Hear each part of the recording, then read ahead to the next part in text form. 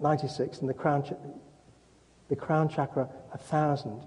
So if we add up all of those centers, it's 144, and multiply them by the top one there, it's 144,000. And ancients believe that if we can get the energies going up the body, then we create a halo. Those are the chakra centers.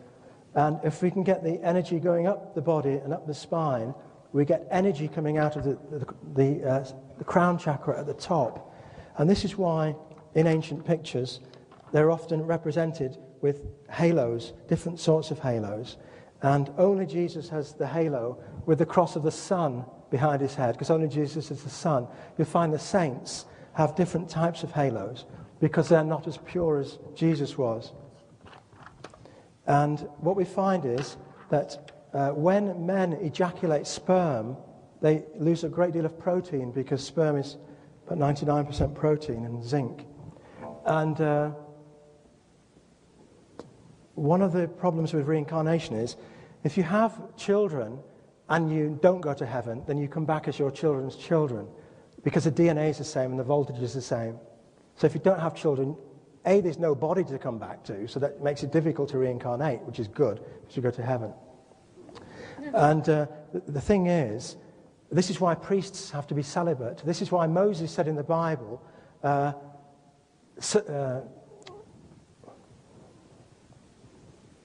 take the foreskins off the babies. Circumcision, which stops them masturbating, stops them getting rid of the sperm, because as soon as you get rid of sperm, all the energy in the body goes to the gonads to make more sperm, instead of going up the spine to make voltage to go back to God. In the same way, women who love their baby send all their energy to their child, and instead of the energies going up the spine and amplifying, they go down, and it stops them getting to heaven. Earlier we saw the importance of the number 9. Tutankhamun's tomb has 99999 seals, and he was born in 9 coffins. And here's a picture of Tutankhamun going to heaven in his burial chamber at the Valley of the Kings. Here we see Tut meeting Nut, the goddess of the night sky. So he's going to heaven. And then we see Tut as 2 twins, embracing Osiris, the twins, the morning star and the evening star. When Tutankhamun died, he went to heaven. He was resurrected in heaven as the twins, which means Tutankhamun must be the same, another reincarnation of Jesus. And if you go down to Peru, what you'll find is that the ancient Incas had many stories. For example, one of them says by Cieza de Leon, a Spanish writer in the 16th century. He said, before the Incas had ruled or even been heard of in these kingdoms, the Indians relate a thing more noteworthy than anything else. They say there suddenly appeared from the south a white man of large stature and authoritative demeanor. This man had such great power, he changed the hills into valleys, and from the valleys made hills, causing the streams to flow from living stone. They called him the maker of all things created, prince of all things, father of the sun. He did more wonderful things, giving being to men and animals. By his hands, very great benefits accrue to them. This is the story the Indians themselves told me, who in turn told it to their children and handed down through ancient times. They say he traveled along the highland route to the north, working marvels as he went. And they say they never saw him again. They say that in many places he gave men instruction on how they should live, speaking to them with great love and kindness, telling them to be good and do no damage or injury one to the other, but to love one another and show charity to all. They called him Tiki Viracocha, and they built temples to him. The huge statues in the village of Tiahuanaco in Bolivia are held to be from those times. After a long time, they saw another man who looked like the first, but they don't mention his name. They have it from whoever they talk to that he could heal the sick with his bare hands and restore sight to the blind by words alone. Thus he was loved by everyone. Working miracles, and by his words, he came to Canas near the village of Kasha. The people rose up against him and threatened to stone him, but he sank to his knees and raised his hands to heaven. They then saw fire in the sky, which seemed all around them. Full of fear, they avoided him, and they asked for his forgiveness. They regarded this as a sin for doing what they did to him. And they say further, leaving the place where this occurred, they came to the coast, and there, holding his mantle, he went forth amidst the waves of the sea and was seen no more. And as he went, they gave him the name Viracocha, which means foam of the sea. Now, there are lots of stories like this about the two white men who walked through Peru performing miracles in olden times, around 500 AD. Viracocha means foam of the sea. When I lived in Cornwall many years ago, I put my Wellington boots on and walked in the water because I couldn't understand why they would call him foam of the sea. And I walked in the foam of the sea, and I thought, well, what's happening to me right now? And I stood between the foam of the sea and the shore. And then I went from the shore and I went into the water away from the foam of the sea.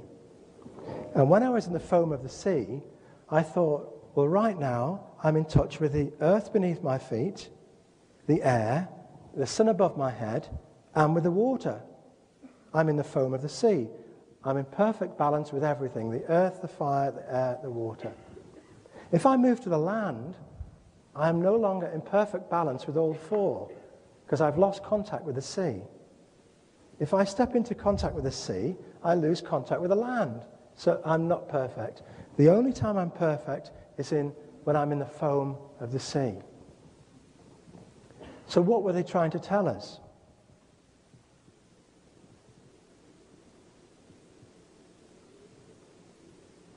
The Indians believe that the cow is sacred because it gives holy milk. And the foam of the sea is clearly a metaphor for the perfect human being, he who is in balance with nature. And the Indians, in worshipping the cow and Lord Krishna, which means Christ, the Christos, because Lord Krishna was born, and he was said to be like all of the other super gods. I'm trying to connect.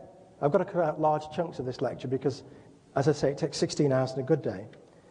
But the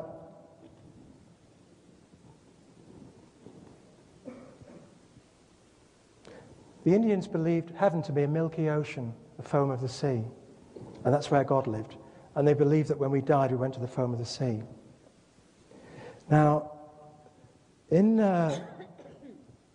1988 in Peru, there were lots of reports about some tombs that had been discovered. And one of the tombs contained a figure of the man in the tomb in the guise of a crab.